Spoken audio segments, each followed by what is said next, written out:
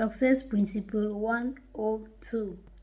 Desire outlasting success and not just survival success.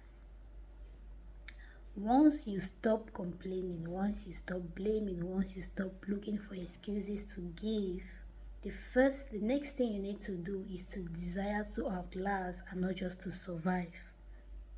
Why is that so important? It is important that you desire. And what I mean by desire is not a wish, it's not just I want to, it's a deep sense of something you truly want, you're passionate to see happen. Because if you just want to survive in life, what you will do is move and never progress. The reason why most of us keep finding ourselves again and again at the same place year after year, or even worse than the previous year, is because we just want to survive. I just want to get out of this. I'm tired of this situation. I'm tired of living this way. I'm tired of this relationship. I'm tired of this environment. I'm tired of this and that. And I just want to leave this place. Why that is good to be aware of what is not working in your life and to desire change. You shouldn't just desire to survive it, to get out of it, but to make sure you also stay out of it. That's what outlasting is about.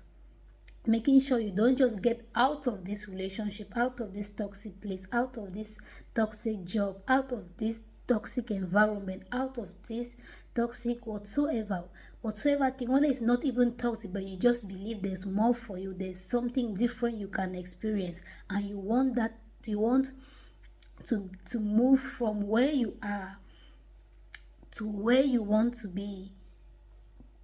You have to think not just to survive but to outlast, because the perspective of a survivor, somebody that is desiring just to survive, and somebody that is trying to outlast is very different. The mindset is different. The approach to how you move through the process of taking you out of where you are is different, because you are not just thinking, oh, I just want to get out of this place. Because anytime I always think of this thing, I imagine myself in a pit. If I'm in a pit, like I was walking, going to someone, and accidentally or unconsciously or whatever, whether it was even on purpose, it was like something I thought would work and didn't work, and I found myself in a pit.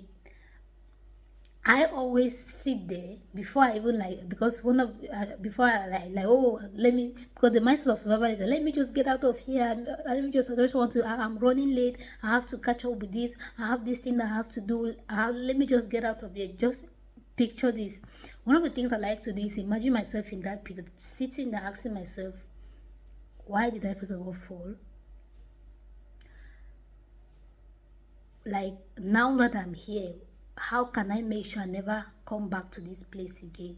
I'm not just in the rush of getting now because I'm trying to catch up to something. I need to know why I made a mistake. I need to know how I felt I came to that place, and how do I make sure I never have to come back again? Because if I don't learn the lessons, there's probably another pit ahead of me, which I'm rushing out of this one just to get into another one deeper than the one that I am currently in, or just the same as the one I'm currently in, because all I'm thinking is survival. We do it with our finances, we do it with the kind of relationships we have, whether friendship, whether people we date, whether it's marriage, we do it the jobs opportunity, we do with the kind of businesses we even endeavor to start or build, because we never stop. Like I like to say, we never pause to reflect and ask ourselves, why did this thing first of all happen? Not to blame, not to complain, not to accuse anybody, not to give excuses of why, but to make sure we are learning the things we need to learn, so that we won't find ourselves at the same place tomorrow. And we'll be, not just that, we'll be able to pass on the wisdom of what we have learned to those that are coming behind us, to avoid the mistake that we made. Because what is the purpose of life if you can't be a blessing to another person? What is the purpose of living if your life is not a blessing to someone? If you can't bless them with money, if you can't buy houses for them, if you can't buy car for them, why won't just a lesson you learn be a blessing to them, or even to your own children? Just imagine the wisdom you've gathered, that you can help your children prevent the things you wish you knew at 16, you wish you knew when you were 20, you wish you knew when you were 25. That's the power of being a living legacy, and not just leaving a legacy behind you when you died, which is another principle of success, which we will talk about in a different video. But I want you to get this into you, that you have to desire to outlast and not just to survive. Surviving is good. It's thanks to the survivor mindset. It's thanks to our generations before us desiring to survive, that some of us are here today, but we don't have that luxury anymore. In 2025, we don't have the luxury to just survive, because future generations depend on us, and surviving won't be enough, not just to sustain us, but talk less of sustaining the next generations to come. We must desire to outlast. We must desire outlasting success.